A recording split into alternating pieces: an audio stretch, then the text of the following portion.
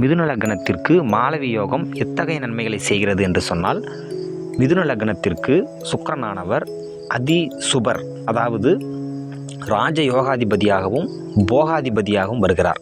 ஆக மொத்தத்தில் அவர் ஆட்சியோ உச்சமோ பெறுவது இயல்பாகவே நன்மை என்று வைத்துக்கொள்கிறோம். அந்த வகையில் இவர் மிதுன லக்னத்திற்கு 10ஆம் கேந்திரத்தில் உச்சம் பெற்று மாலவி யோகத்தை உருவாக்குகிறார். அந்த வகையில் உலகில் உள்ள அனைத்து சுகபோகங்களையும் அனுபவிக்க சுக்கிரனானவர் அவருடைய திசையில் இந்த லக்னக்காரர்களை அனுமதிக்கிறார் என்பது ஒரு குறிப்பிட்ட ஒரு விஷயம். அதுபோல் சினிமா துறையில் அதிபர் பின்னணி பாடகர், பாடலாசிரியர், நாடக கலைஞர், நகைச்சுவை நடிகர் என்ற அனைத்து கதாபாத்திரங்களையும் செவ்வனே ஏற்று நடத்தக்கூடிய ஒரு மிகப்பெரிய நடிகரை உருவாக்குகிறார். ஒரு நட்சத்திரமாக, ஒரு ஃபேன்ஸ் அதிகமாக உள்ள ஒரு கூட்டம் கொண்ட நபரை இவர் உருவாக்குகிறார்.